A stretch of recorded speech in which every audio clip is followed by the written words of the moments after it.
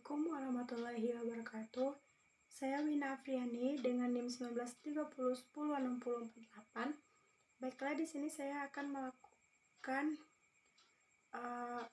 pembahasan tentang ekologi hewan, yaitu populasi. Yang pertama itu adalah kelimpahan dan kerapatan dari populasi, yang mana kelimpahan adalah jumlah individu yang menempati wilayah tertentu atau jumlah individu atau suatu spesies per kuadrat atau persatuan volume. Berdasarkan pengertian tersebut, dapat disimpulkan bahwa kelimpahan adalah jumlah atau banyaknya individu pada suatu area tertentu dalam suatu komunitas. Yang kedua yaitu kerapatan, yaitu kerapatan suatu populasi adalah hubungan antara jumlah penduduk per satuan luas atau volume ruang yang ditempati pada waktu tertentu. Ada dua hal yang mempengaruhi perubahan kepadatan populasi suatu organisme pada suatu daerah atau tempat, yaitu yang pertama adanya individu yang datang, yaitu individu yang lahir atau individu dari tempat lain. Yang kedua ada individu yang pergi, yaitu individu yang mengalami kematian atau pergi ke tempat lain. Selanjutnya yaitu metode pencuplikan kuadrat. Metode ini umumnya digunakan untuk membuat taksiran kerapatan populasi berbagai hewan invertebrata. Suatu pencuplikan di area yang diselidiki populasi hewannya, yaitu kadar bentuknya tidak selalu bujur sangkar. Bagian penting dari metode ini adalah menentukan besaran ukuran tiap satuan cuplikan atau ukuran kuadran, jumlah cuplikan serta pola penempatan cuplikan-cuplikan tersebut. Yang selanjutnya yaitu metode menangkap memadai, menangkap kembali.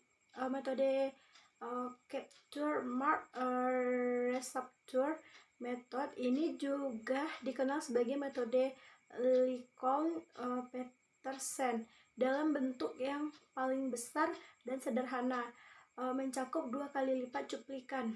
Semua individu diperoleh dari pencuplikan pertama ditandai, lalu dilepaskan kembali dan jumlahnya dicatat sama dengan M. Setelah selang waktu tertentu, tidak kemungkinan timbulnya individu baru.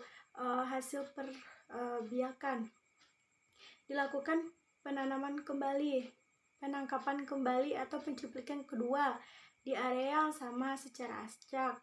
Apabila jumlah individu hasil penangkapan kesatuan dan jumlah M diantaranya bertanda, maka dengan kesadarkan pada N bagi M sama dengan N kecil YM kecil, maka tafsiran besar populasi yang dicari N dapat dihitung.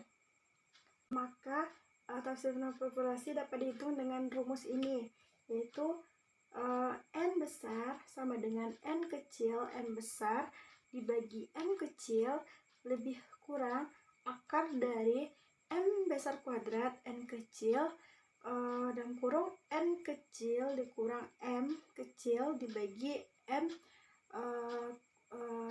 kubik. Selanjutnya yaitu asumsi-asumsi pokok dalam metode ini adalah individu-individu yang bertanda maupun yang tak bertanda peluangnya sama untuk ditangkap secara acak. Tanda yang digunakan tidak hilang dan dapat dikendalikan selama periode pengamatan. Laju kematian pada individu bertanda tidak berbeda dengan individu-individu yang tidak bertanda. Salah satu asumsi yang tidak akan terpenuhi apabila individu-individu hewan yang sudah tertangkap disertai